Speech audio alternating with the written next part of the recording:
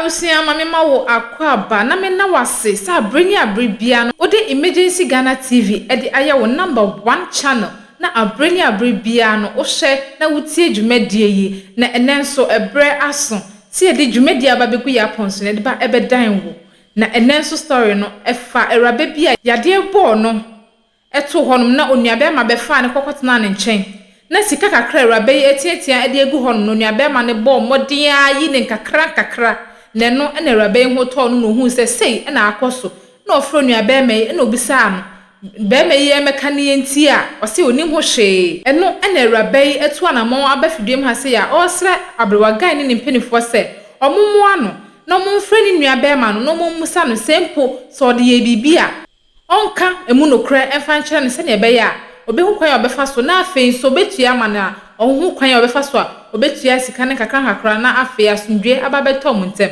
abusia pi ene ka nia mekeka ye eho a orabe edi tudwa ka me ho ne yenko nkotie emu nsem no embra era ma me ohu te sen mama nyame adome ho ne pa cha ohu te sen ma nyame adome ho ye god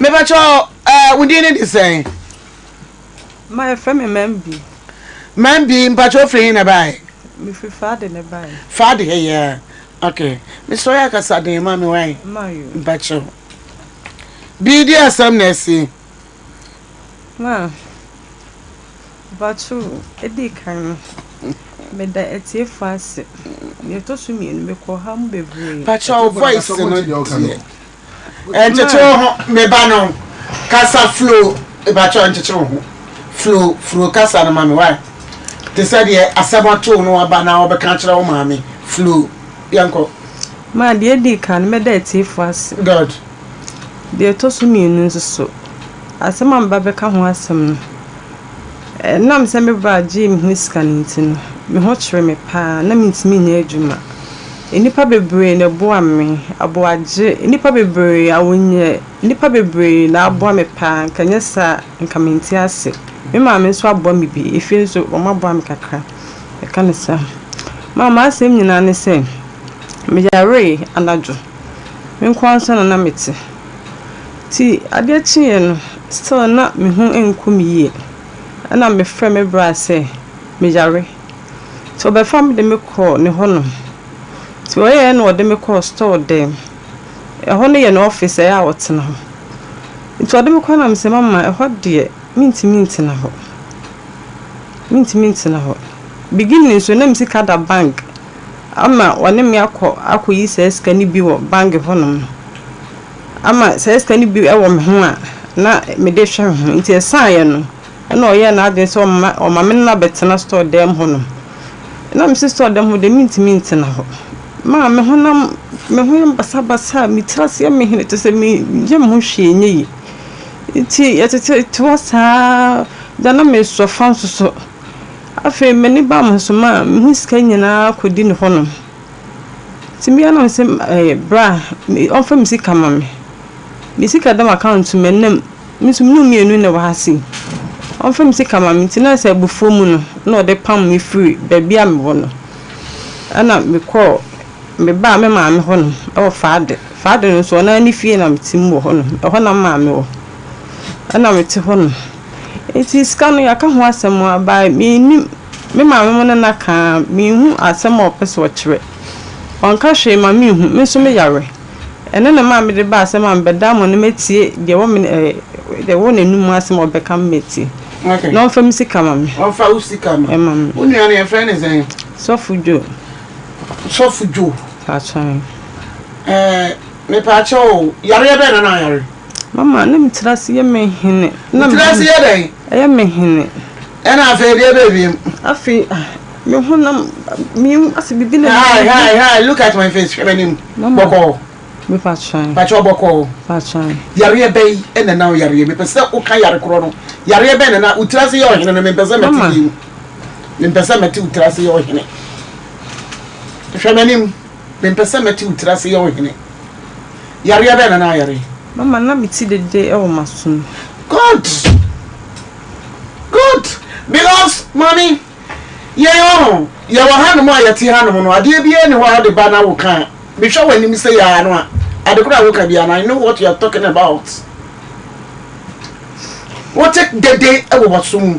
When you sabi I dream yare. God, and now will say, oh, my foul free, oh, brother, be foul. Or pam me free one. David Wampamo, I don't think it's Sabre no Bepamu. Tell me, I don't think says Sabre or brother or Bepamu. Who's in the fee in our tear? One of my men, what to say. You want to know if on a nest. I want a number tear. I know one and I'm it. Me, no, my high die will be a minute. Okay, and now you're by you know. And our brother be foul. And I'm a friend is say, no, mammy banning show Ashtown. Oh, Ash sound. It's Ash sound, and I would see. If I try. Now it's 1 year 1 hour no corner. In the store, no office out or the tongue honey man. I make what's now for 6 months. I said, okay, 1 year. Okay, to the office. Somebody had the new back home.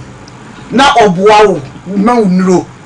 Sikano o say na da account mu no me pa chaw woni hwan ne nekoyi because obi a discuss to account mu a yetimi busasa wo yare ye be mu obi abayi ne nipa kwa na baba abayi no the din de say wa na okoyi usika ana na wo bra si wachi koyi usika e pa chaw me na musika kasa den kakra ma me ka echi ma me na ya me koyi wa ne ana okoyi na o ti say wo brother a fa usika no wa ko bank ho am wo mayi bank statement no answer me say me susu say e bi apostle anana na bi yi misika na makore bank statement no ayadan obi be sign bi wom ama na hu say obi akoyi misika no o bank statement wa ha kire say ye betimi ahwem na ye hu say o brother akoyi misika fa bank statement na maye ensu kura de kwan bi e fa so e be bo obi e be bo what ka kire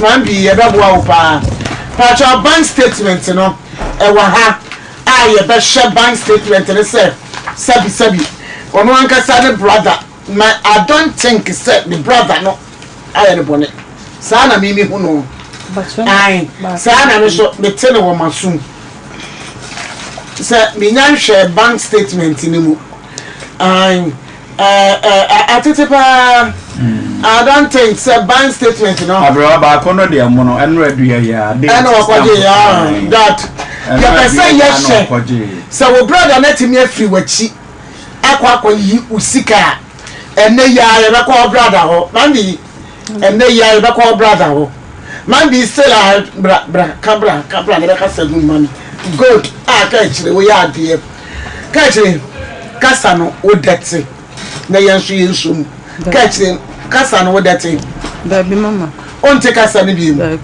say we okay patron say we turn the yin my say na me go come hello hono hello we go koji obi ni ma e dia ni ma fools and out song but say we okay man o brother show yi pa ma we okay no na hwe me so oji iska ne kodi ni hono no I say bi anko o ma mi free hono we iska ni bi mama le be hwe me ho but what is can no apam me free hono why you free asna ho apam me free no ho na o betimi akai bread do a de tena asna ho o tena obo so me be say ma ho mi is the over 6 months na Sophie Jo no show yi kakra o ma waduane di o monitaw eye wo bibia meboa e o ma me ba patron o papa ba o na to so say no to so be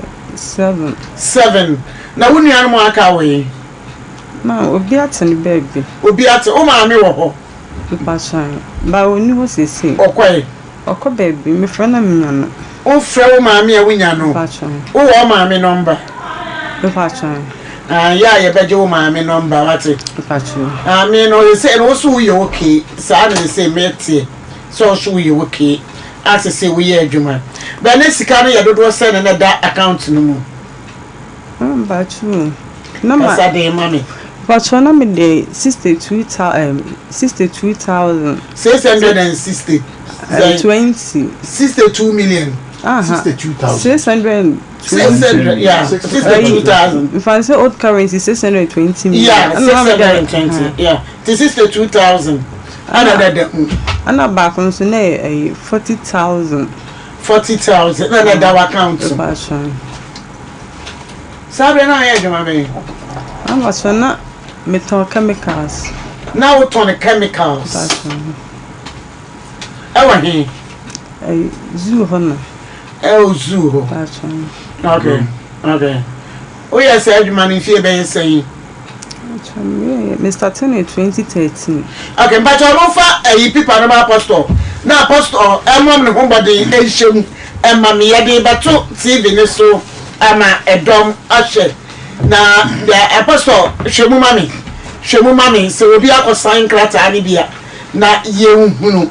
Ohwefo ayɛ japa afutuo so AGYAPA TV etemesaw ba bia wo bia no bo homoden se obehwe yen na watie yen na de ye kan anye yen waboa yen ye de ye mfumsuo bia atum apostle me pacho wo hwe mu ma me abewa se wo hwe ayiya na meka senia ye bai eka no fa baabi no na ebeye no kura kire se hu scan bia yeah 58,000 Ghana ene de keka na ni ye fa withdraw no de wo hwe so a hu din bia akoyi sika wo ho eka Beatrice osai buachi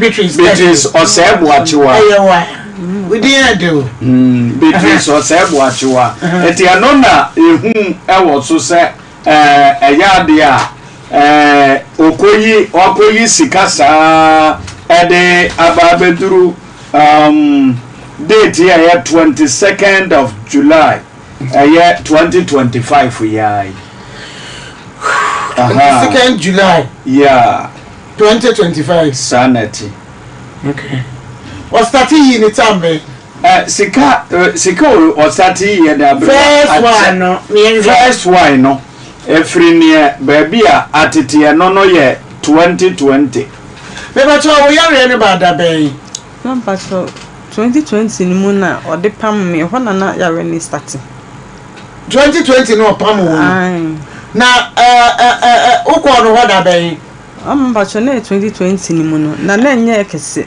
okay na ye kese no ehne fa na akoye aba so na ma mi bedi me ma no nche eye kese na aba o ma me no wo ko iska wo na wan na na eko ba cho iska bi na account ni bi me ba cho sa okay na eye den na bank fo yi eye no ye trese wa na wo ko iska yi ama mpa chu me tam na me nyare no neska ne dem kasa ne ma o mama tam na me nyare no neska ne dem nti me yare ya na obe family no mo wanam si me bank ne msika dem na den na sika dem account no bank be ya mama Ecobank eti Ecobank for so wo nyan from so because nya wa na akoyi ya wo ko so ye ju Ghana card se wo ko ho mo ju Ghana card eti no Ghana card na wo ko ye no edi be na wo Ghana card no so mama Beatrice osai buachi apostle osi Beatrice osai buachi be cho withdraw no na make sabrewa edin no ska ye nyina free dada no old bank statement no ba nyina ya Beatrice osai buachi wa ni na obi beti ma ko iska ye ko pepe na nipa ni di ni so no na e kire ma be kakra because wo akanso mu de sabi o se sabre no woni kura na ena ya so nsakura ye baby wo check bi so ama bi a wo kwakoye yi a no na ba wo be kwakoye sika no onso din e wo se wo de say no ama ye hu se ampa se wo nipa we na koyi sika no ba ni nyina tire se eye wa no akoyi Beatrice so mama krata no aba no e tire se eye wa no akoyi sika no krata no last one ye da be me say last one no ye 20 22nd of July. July, yeah. July, 2025. But that's all July, yeah, and now July, August, September, October. You know October, class. September, so many in something. Sabre now way. Mama, I dance the other day. Mesa estati adwuma no. Me ba, me say July you now way, but so many in say now way. Mama na me ye adwuma no. Now our brother one. Aha, me mama. And bro, me say yen state we say. That way na tetene ye Ecobank. And we nso so ye Adansi Rural Bank. Adansi Rural. Aha, mono no. Ena usika na yira ewo ho. Mama, ni mienu. Na ni mienu no mpacho wo hwe old one no. Old one last time ko iska ya da be mpacho old Ecobank no last time ko iska. We 11th December 2020. 11 December 2020. Na yen hwe ya dance for the no. And also so ya 22nd July 2025 we. July. Mami, asem we no Ecobank no okọ last time na be wo angasa Because so time na asem ni si ye no ana me ko ho se me ko di statement na ana akọ obusa wo so obi aba ho so be iska me fa cham so obi ntimi ma ho me iska we okay wo ho to so wo ho to wa my asontere enkoma na woni mi di no ho because se menya abotre pa ma ho menya abotre ma ho me pese ye hu ni nsam ni se ye no krese o brother wajimtire ke ye pa ma me number eti so ma me number ho ayi mami mama me friend na minya no obe owai me friend na minya no me number no ho ye mpese woni wunua ne ntem benya trouble cause ya shankrata no a wode ba ya nimu na yetie wanu mosem ni yehweta mo na ade ya adwuma na wo kase 5 years ni ni watu free ho na ye konkrata ya da ho imu a na ye hu bibisa ewu se me hunu aye no Ecobank na brewa me hunu Eco no Ecobank no me hunu ye 11th December na ye 48,000 Sen nana mi bisa won. Okay. Sir, 11th December 2020. 2020. Na you say? Na ya 48,000. 48,094. If I talk as the man answer it. Me say 48,094. And I work Ecobank. Yeah. Summer 2020 no. 11th December 2020. Sabra now way. Mama, that time na me ye adwuma. Mami, sabra no na yare bia nyanye no. Sabra no ye na adwuma. Ana de akwa ye problem a me da I'm not thinking ayin say ensie numni na so free wo nua ne nchen. 5 years ni. Mama me say ko 5 years. Ko 5 years ni. Now after 5 years we discuss to bank. Mama discuss to bank. After 5 years we discuss to bank. Sika saying. Mama ne ye susu na mitwa. Ene de ene mana meton de menya na me de. Ane yesusu nten. We yesu mama me books ne wa ha yesusu na mitwa nti mitwa na me boa no a na me de akotum na me de fees deposit. Sa na maye na. Because say mo maya hwe case we ya. Obi be kanya problem. I'm telling you because in krata ye kuta me enkyere so obi akọ baabi akọ yi obi sika. Enkyere baabi a. Bibia ni ho a e wo krata yi mu a ese obi a maybe say me bank ya discuss otumu a na o ma send ya mami obi discuss brand na o ma send ya Ghana Commercial Bank movie industry ya send this katumu a o ma send ya mami ahadia na no mi ko bi na ADB so as I say etime no obi etino se wan hwe mi amaye na moye fechere labra da mini ho o wera bei onka fra utmu se yade na enkoye kakra wom enu nti na okeka sansem we se wo hye krata na ode bai na wo hye so abibie ni hon mede di kire se onuabe ma no na ede ekoyi sika ni nyina ono ane nsem o ka ne kire se ono ana akwa koyi sika na me nwa kakra se wo ko bank kra na ko ye ya wo san na edin e wo so ne so eno so be kire ansa na obi betumi akoko yusika gisi ayi de ya fra wa confirm se wo na wo makwan ana se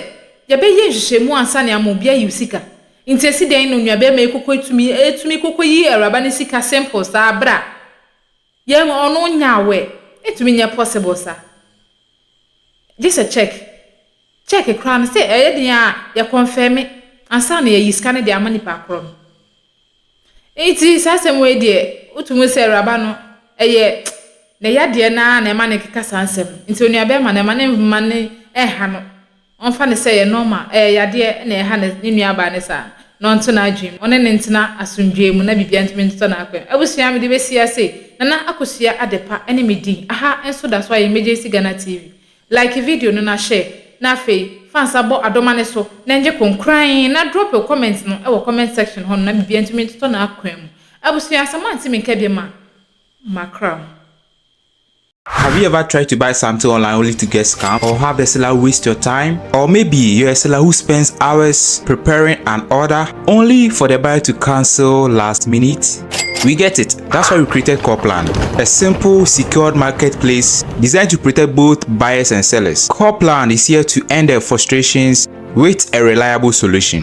Our team noticed that a lot of people are either being scammed or losing valuable time and resources due to unregulated marketplace practices. So we built Copland to tackle this problem. So Copland uses a secure payment method known as escrow, which keeps payment safe until both the buyers and the sellers are satisfied with the transaction. Here is how it works. When a buyer orders an item, the payment is held securely, meaning the seller doesn't get paid until the item is successfully delivered. The seller is notified and can accept or decline the order. If accepted, they reach out to arrange the delivery. Once the item is delivered, the seller marks it as delivered. So from there, the buyer has 48 hours to confirm they are happy with the product or to request a revision if there is any issue. When the buyer is satisfied, they accept the order and the funds are therefore released to the seller. If no action is taken within 48 hours, the order is automatically marked complete and the seller will be paid. Copland is here to build trust in online buying and selling. With our escrow system, both buyers and sellers can feel secured, knowing their time and money are protected. So why not try Copland for your next online transaction? Visit us at www.copland.coplandtechnologies.com.